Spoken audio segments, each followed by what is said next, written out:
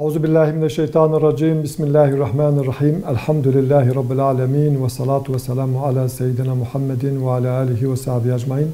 السلام عليكم ورحمة الله وبركاته. أولا السلام وحرمت خو جبو حمو باشتاران و تماشاوان را پیشکش کم. چند روز بره بصدام بنخوشی کرونا کتیه خصوصا سرک اتحاد العلماء ماموستا ملا انور قلیچ حسن را شفایش خدا خوازم.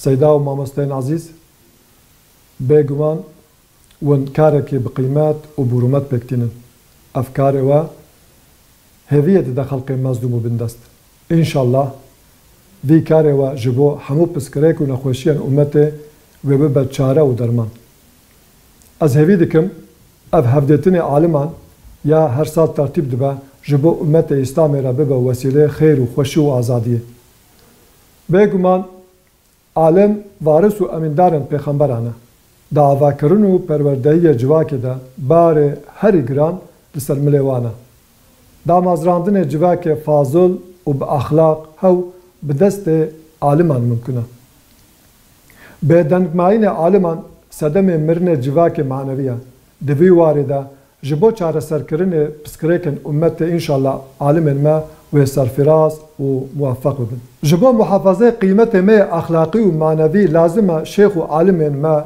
سیاست مدار و روشنبیر ما به هفره بخبتن. عالم کفر نکاربون به تانق و توپ خو ولات مخراب بکن و سنور ما بن پی بکن. لی ام دبینن بچک و سلاح فتنه فسادی و نجات پرستیه ایرش قلعه ما و سنور ما دکن. عالم ما روشنبیر ما سیاست مدار و اکادمیسیان ما و کسایت ما هجا و قدر بلند لازمه جوان حیله و پلان وان هایدار بن و بکار و بار بن بگمان خباتن جبو وی کار تکرن پر مهمن ایرو وارو ولاتن ما دبن لنگان دیا جغرافیا ما دبن اشغال امپریالیستان دیا لهر آلی قیرون و زارن دایک و باوان مجو مورانا موشک و بومبا لسر باجار ما کم نابن.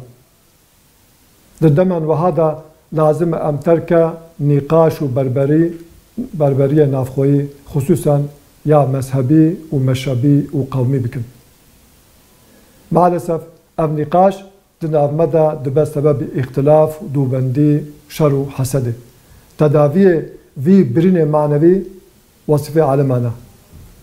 عالم حکیم نخوشی معنوی امتنا گلی سیدا و مامسته گلی تماشاوان هجا عالم ما لازمه هیوی و امید بدن نستنلو هیوی و امید جوان من شکستیه و خاصتا شخصیت خوی اسلامی وندا کرنه خلاصی خو لبر درین امپریالیستان دبینن ایرو لازمه عالم و رهبرن ما به نسل ما نو بدن زانین که خلاصی کردان به فکر و ایدئولوژی اروپا و امریکا نینه.